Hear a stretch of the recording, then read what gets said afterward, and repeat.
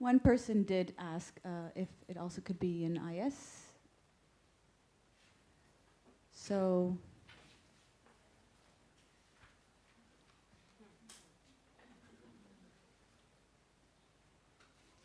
then if you could just feed me, that'll be fine.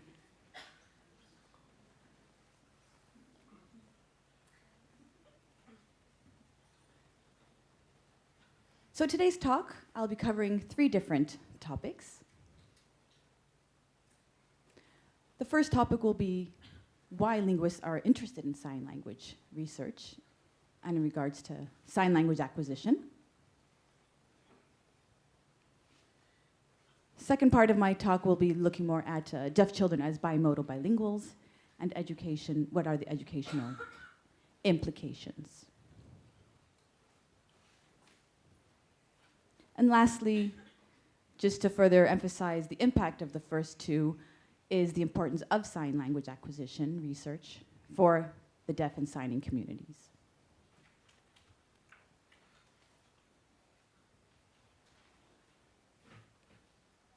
So going back to the first part of why are linguists interested in sign language acquisition research?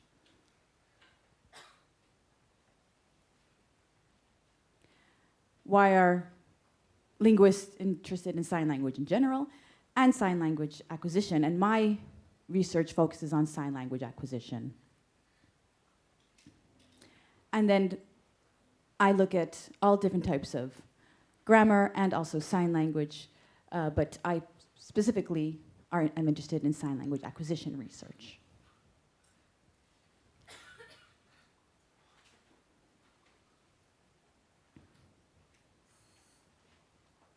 As we said, there are linguists around the whole world, and there are also people looking into sign language linguistics. But there are many universals in language in general that we'd like to look at. And what are the links between all these languages? And what aspects of language development are universal and observed in all languages? Because when we look at the development of languages, we do see parallels, but are there also differences? Where do they diverge? So if we can study all the different languages, we can, and also the linguistical aspects of these languages, we can get much more insight into this.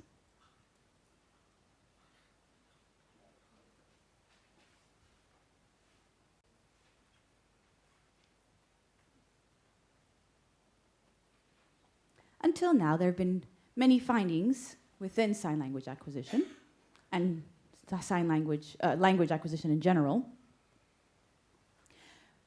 But looking at sign language acquisition parallel to spoken language, we have definitely seen many, many parallels and within the processing in sign and spoken languages and within acquisition itself.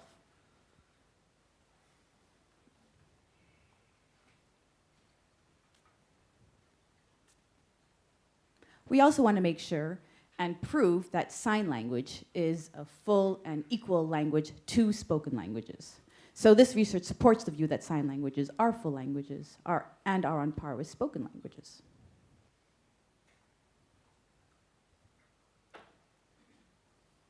So just a small example, when looking at the timeline, or you could say the milestones for acquisition,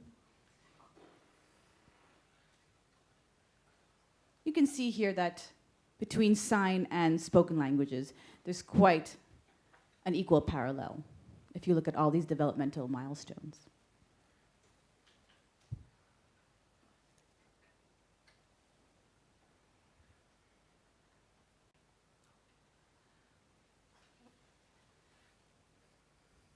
Definitely there are many parallels, but there are also differences.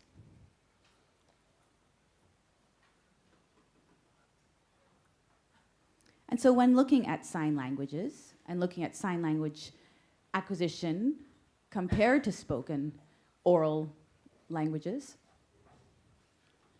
there are some aspects that possibly there are modality differences that affect acquisition.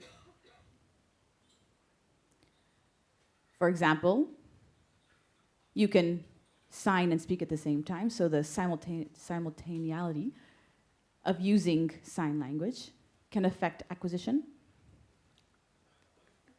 Iconicity as well can affect, because signing does have a strong iconic effect, so it can affect iconic developments. And looking at the use of space, that also has a very large impact and is greatly used in sign languages.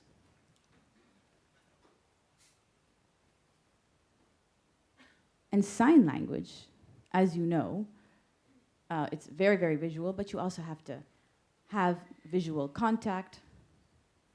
You use great visual, and visual accessibility is necessary, but not only to see the person who's talking to you, but also to use your surroundings, or if it's tactilely as well, of course. There is tactile sign language, but the visual aspect is very important.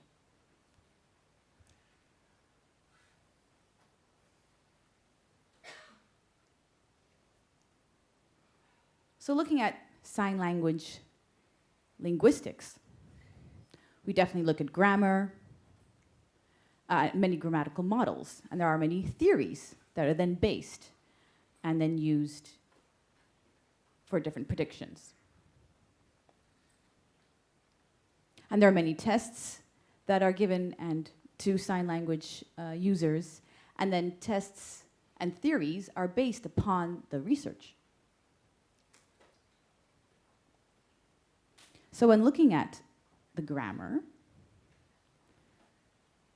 we then want to see through the findings, through the research, if we can then test based on those findings. So the testing supports the research, and the research supports the testing, and it's a collaborative effect.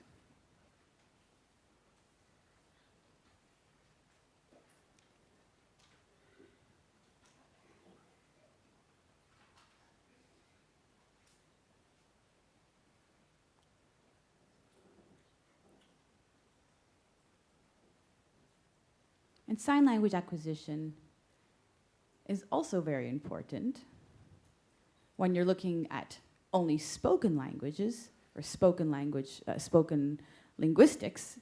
If they do not pay attention to what's happening in sign language linguistics, there's a lot of information or a lot of insights that can be lost in the spoken language field.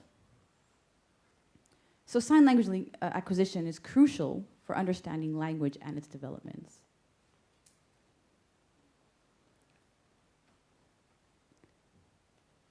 And we can also see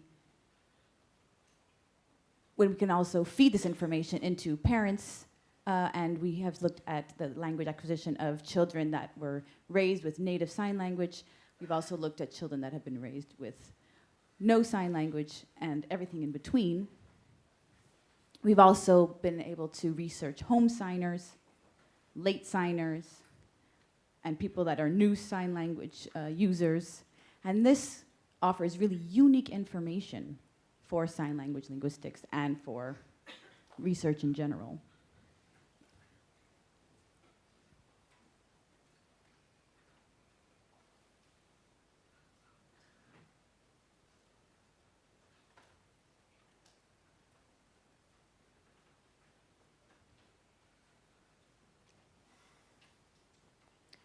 Now I'd like to move on to the second part of my talk that focuses on deaf children as bimodal bilinguals and what are the educational implications on this.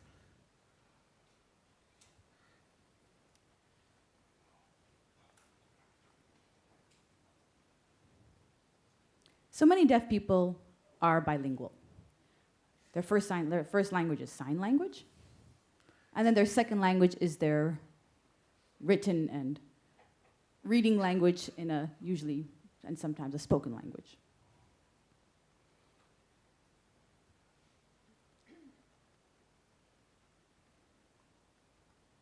Globally, it is definitely well known that there are many advantages of being bilingual.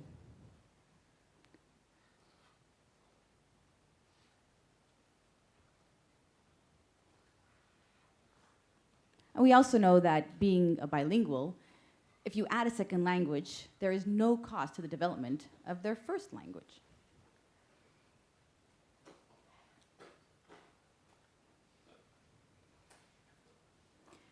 And we definitely know that knowing or learning a second language, they can be fluent and strong in both languages, and it actually also can affect the fluency of their literacy in both languages.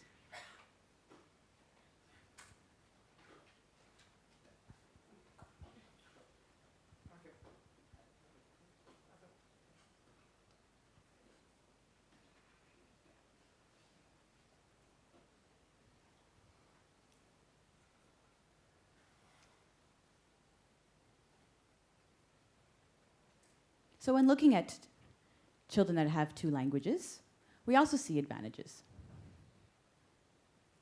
General research has shown that bilinguals have a greater sensitivity to linguistic meaning.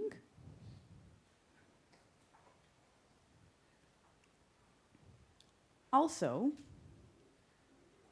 when looking at language, they have much more metalinguistic knowledge.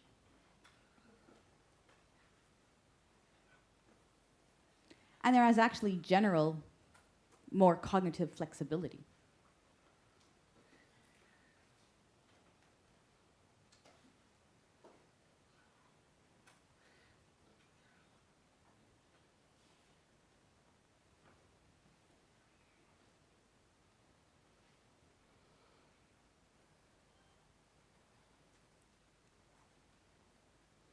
So we know the general advantages and the advantages for knowing sign language for children, but let's look at how that affects and what we see in deaf education.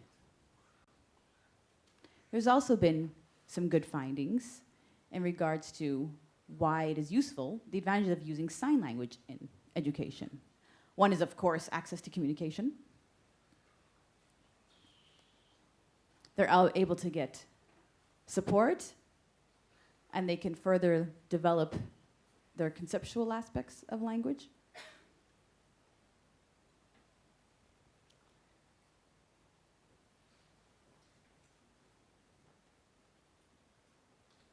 So knowing two languages is good for deaf children.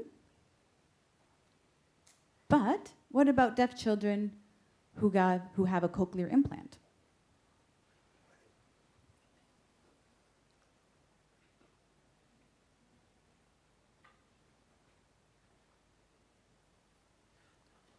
Many medical professionals and teachers, of course, unfortunately say, do not use sign language with a child that has a cochlear implant. Sign language will, if you say, hurt the development of their spoken language.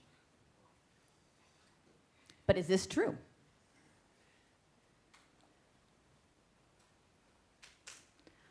Until now, there has not been much research on children that are already native signers.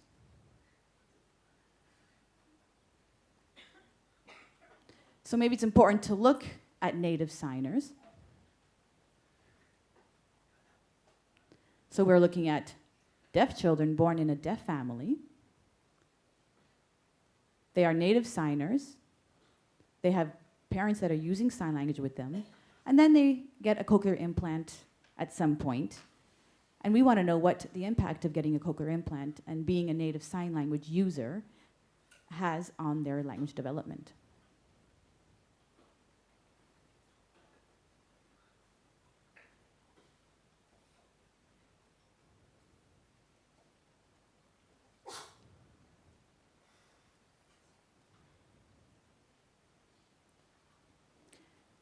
The reason why this is important, this type of research, is because many parents are being told not to use sign language, and so they fear if I do teach my child sign language, that it will impact and hurt their speech development.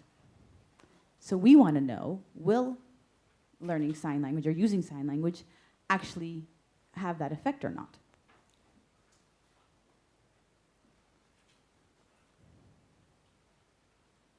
Until now, children that do have a cochlear implant have been studied, but they have been given no sign language at home.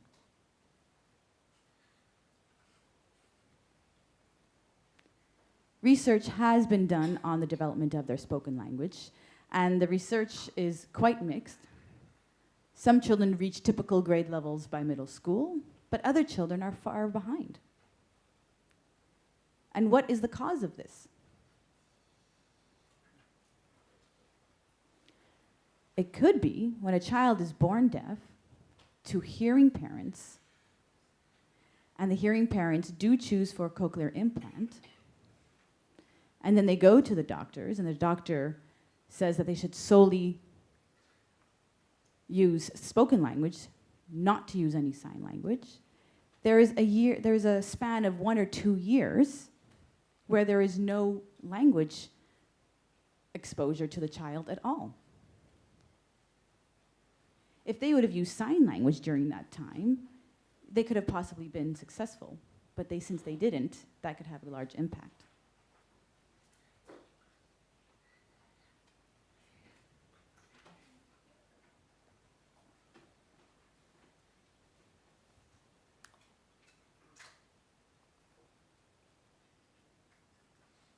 So we did a study on 5 children.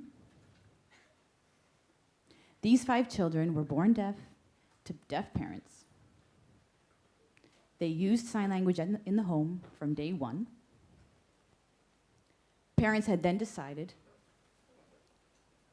to implant their child, and they were implanted at roughly between the ages of 2 and 3 years old. So we studied their language acquisition. We started at the age of between 4 and 6 years old, where the children were between the ages of 4 and 6 during the study.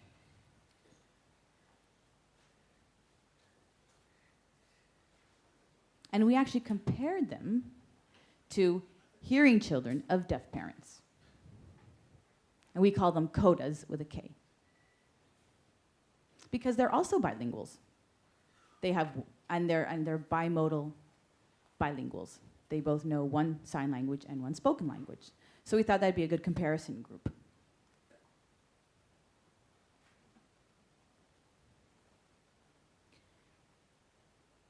We did not compare them to children that received no sign language.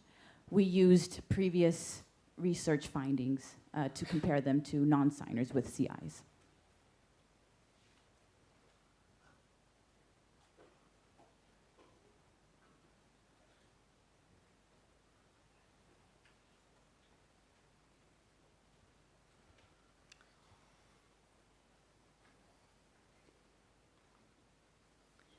We used many tests in the research, but I'd like to focus on these that you see here on the slide. One was in regards to screening. So there's an IQ screening test. And in short, they passed them all. And they had a medium to above average score.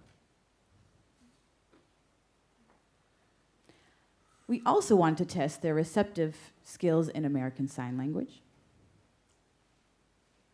And so we used the sign language test for that. And then there were 5 measures of spoken English development tests that we did.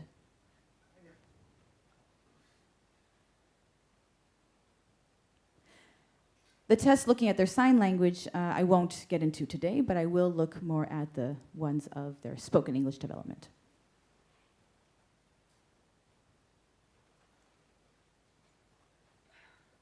Well, I'll just mention one brief one for ASL receptive skills test.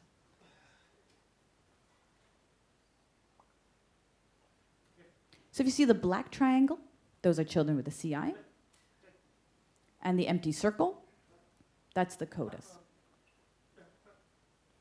And the line that you see, that's about the average for deaf native sign language users. And that's from another research that we plotted onto this graph. So as you can see, following their age, their ASL receptive skills also, they scored higher. and the average was a good average. Regardless of a CI or a CODA, they both participated. They both did roughly the same.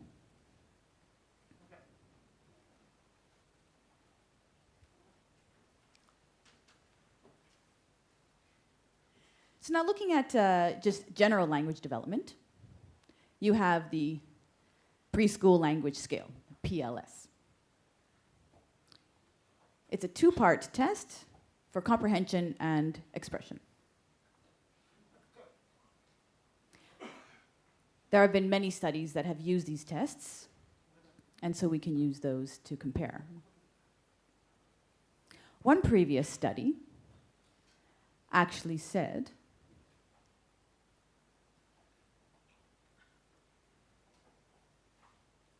that looking at the child's age and looking at the age of implantation, you could actually predict their language development potential.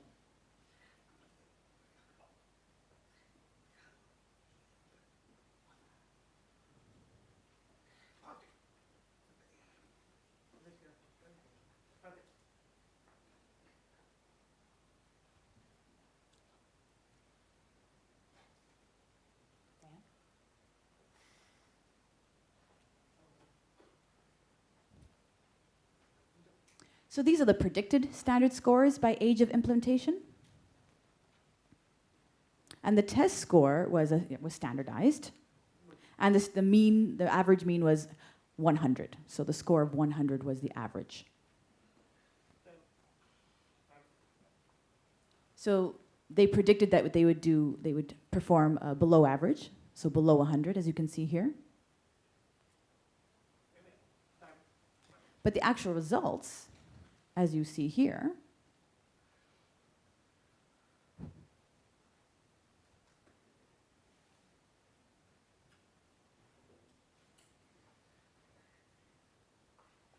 so the results beat the predicted score.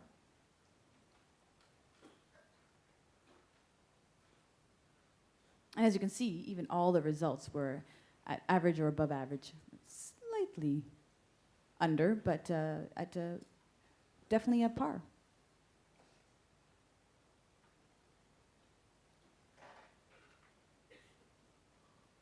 So when they tested the CODA group, they also performed just as well. There were no differences between the two groups.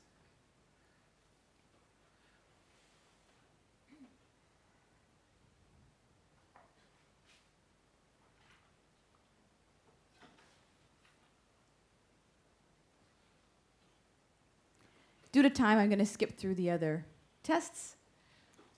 But in summary, what we did find was from these 5 case studies, looking at their English tests, all of the 5 tests were on par with children that were on par, from CI children also to hearing children. All 5 of them.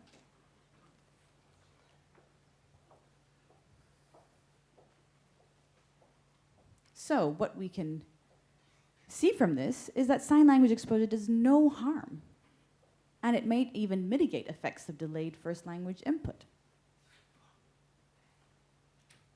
And so children can learn 2 languages. The one will not harm the other. They can be given sign language, and the parents can, without no concern, definitely sign to their children with a CI.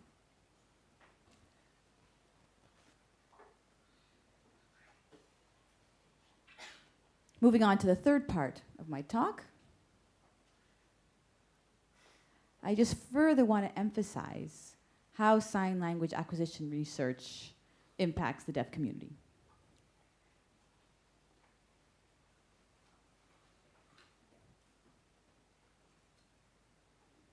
So these echo a lot of what Joseph Greer this morning already had, or earlier this afternoon have already pointed out.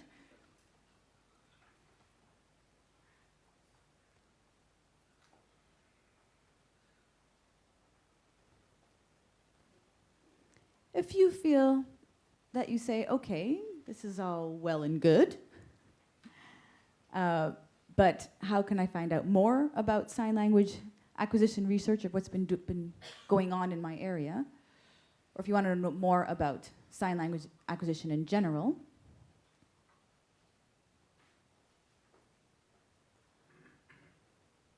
just to let you know, in the very near future, we will have a signed book, if you will. It's an e-book with a lot of explanations of all of the acquisition research that's been done till now.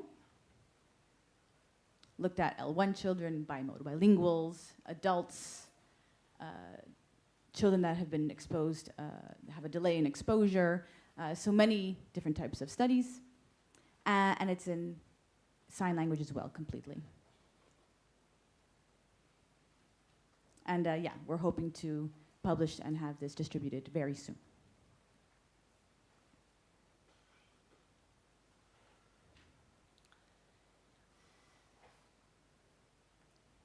I have one request.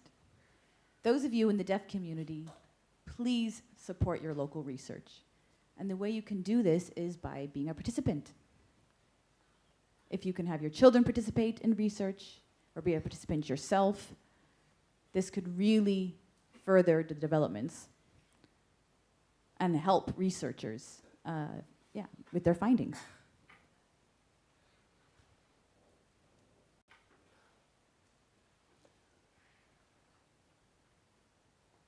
And you can also support bilingualism. You can provide opportunities for deaf and hearing sign children to reinforce and use their knowledge of sign language. You can either make sure that it happens within your communities, but just be a promoter of bilingualism in your community. My time is up, so just in conclusion, sign language acquisition is important. Thank you.